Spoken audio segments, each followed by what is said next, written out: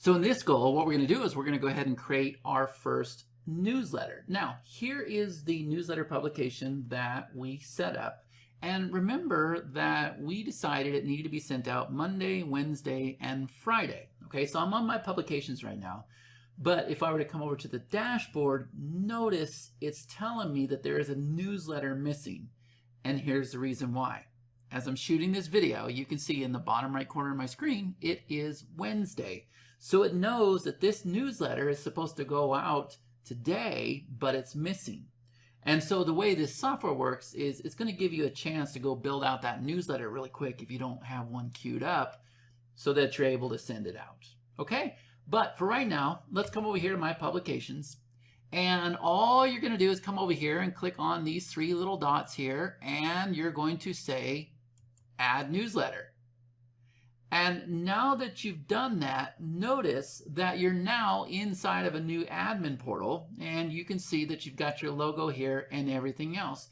But if I were to come over here and click on my publications, notice you now have a newsletter in draft. So let me kind of explain the reason why, right? Draft is anything that you have not completed or changed the status, okay? So we opened up the newsletter, we didn't do anything, there it is, it's sitting in draft, right?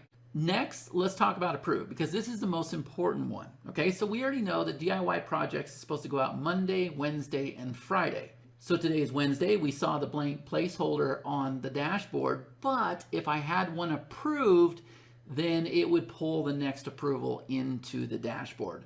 So your goal is to get all of your newsletters where they are approved, and you want to have them banked ahead of time, okay?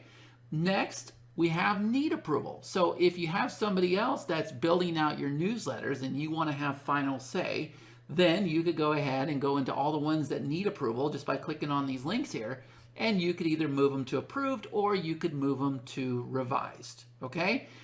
So that's your last option. You can go ahead and set a newsletter for revised. But again, this is the most important one. And then as you send out your newsletters, you'll see them be sent here. And then you'll see your published ones happen over here. And we'll talk about the difference between sent and published. Okay, so that's all you need to do for this goal, is just have a good understanding of how you're going to create your newsletter. You're just going to come over to the three dots and you're going to say Add Newsletter. And once you do that, it's going to open up that new admin panel, and it's there where we will continue the next goal. But before I let you go, this is how you're going to go about adding newsletters in all your publications.